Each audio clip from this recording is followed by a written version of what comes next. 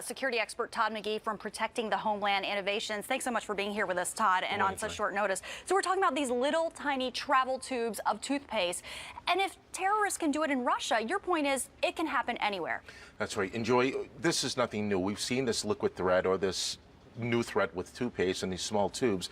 We can go back to 2009 with the liquid threat from the UK and how aviation security and how what we did at Logan Airport to really change and ramp up security measures in order to try and identify this potential threat. I am just amazed by this is how small the items that we're talking about. How does a terrorist literally bring this on board and then use the materials within it to make a bomb?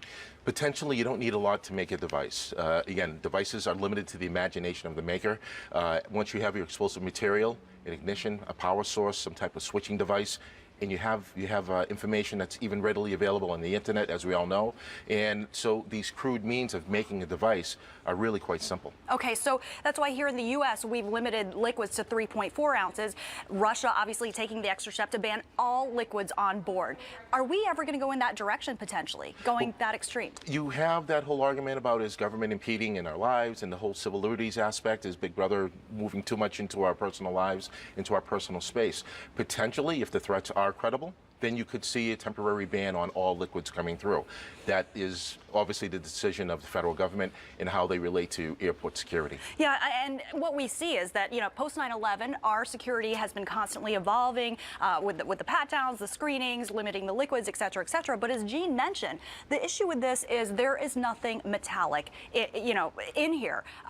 But it doesn't have to be, right? That's right. If you have material that has some type of volatile nature, has explosive baseline to it, then absolutely could be utilized as a potential component to a device. Okay. So here in the U.S., then, what kinds of things do you think we're going to be seeing with our local security, how they're going to be taking extra precautions? Well, again, we can, go back to 2009 with the liquid threat coming from the UK. U.S. security ramped up. We put in some security protocols as far as what can be allowed on the actual check-in baggage, X-rays, baggage at most airports now are being screened 100%, not just at the checkpoint, but also baggage going in the belly of the plane.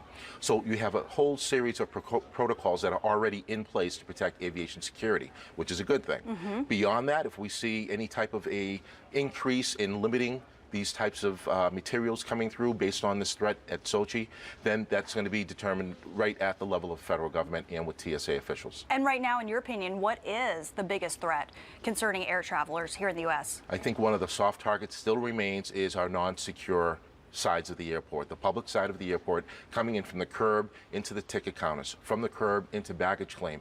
Those are still unsecured parts of the airport. It's the way our infrastructure is set up, and again, potentially a vulnerability. All right. Well, thank you so much for doing your best to help us be informed on this matter. Thank you, Joy. Todd McGhee, our security expert with us.